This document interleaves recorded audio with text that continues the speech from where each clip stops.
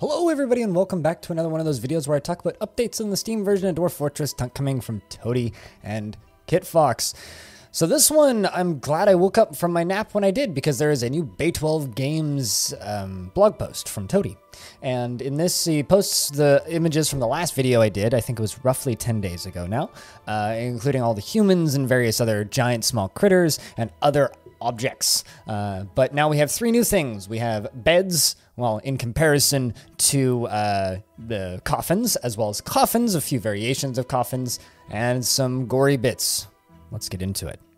So the first screenshot I have here is some beds and variations of beds next to a coffin. So we've seen various beds, and I think we saw a mock-up sheet of beds earlier, but this actually shows like pillows in various different places. This once again just kind of proves to me that I really wish that it required cloth to make beds. It's always something I've kind of felt off about. I've always felt it's been a little bit too difficult or too easy to make beds, considering they're just made out of wood, nothing else.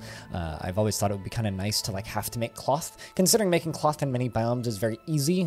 You just put down a farmer's workshop and then plant gather a large area and then process the plants, because you're highly likely to find some hemp or cotton or something that can be made into cloth. But I digress. That's just me complaining about Dwarf Fortress as a whole, not so much useful to this video. So I do really like the way these bed variations look. I think they look very nice. I wonder if it would be possible to get different colors of sheets in there, maybe like a blue or a purple or something a little bit more royal looking. That being said, the beds still look fantastic, even though the continued complaints that I've always had about the tile set perspective being a little odd.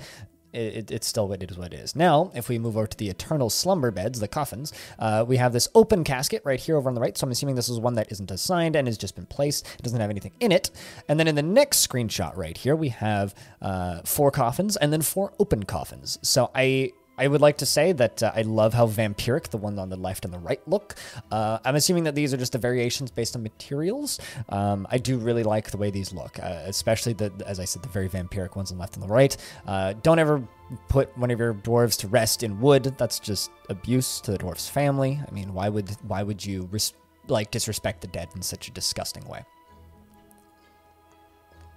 Now, the final screenshot here is the actual important one, in my opinion, or the very important one. This is a bronze Colossus next to a pile of meats. So all of this is giants' guts and blood and stuff. So different bits and pieces of the inside of a dead giant, including the skull as well as nervous tissue. Looks like the lungs and various bits and pieces of the innards of the giant.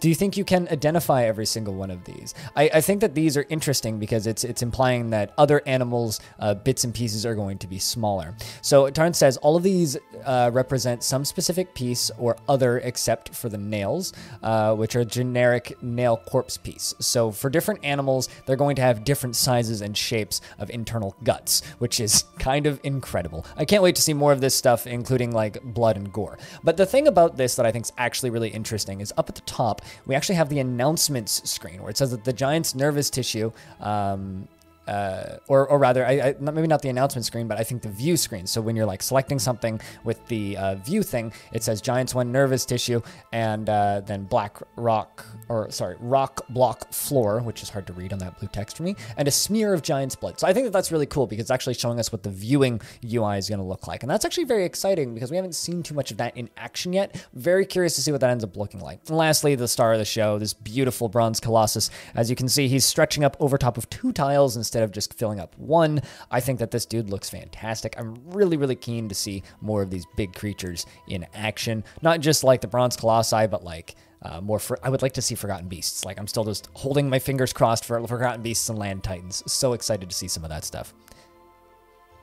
If you'd like to get the notifications for when these go up, you can sign up for the Kit Fox newsletter down in the description, and also check bay12games.com for when these updates show up. Or, subscribe to this YouTube channel. Sit on your thumbs and wait, because I will get these videos out as fast as possible. Thank you very much for watching this video. If you would like to see more DF news related to the Steam version of Dwarf Fortress, as well as some opinion pieces, you can find all those on my YouTube channel, as well as lore videos and archives of all of my streams that I do. Not all of it is Dwarf Fortress, but a large portion is. And if you want to watch my streams live, you can do that at twitch.tv/BLINDIRL. Thank you very much for watching, and I hope to see you in the next one.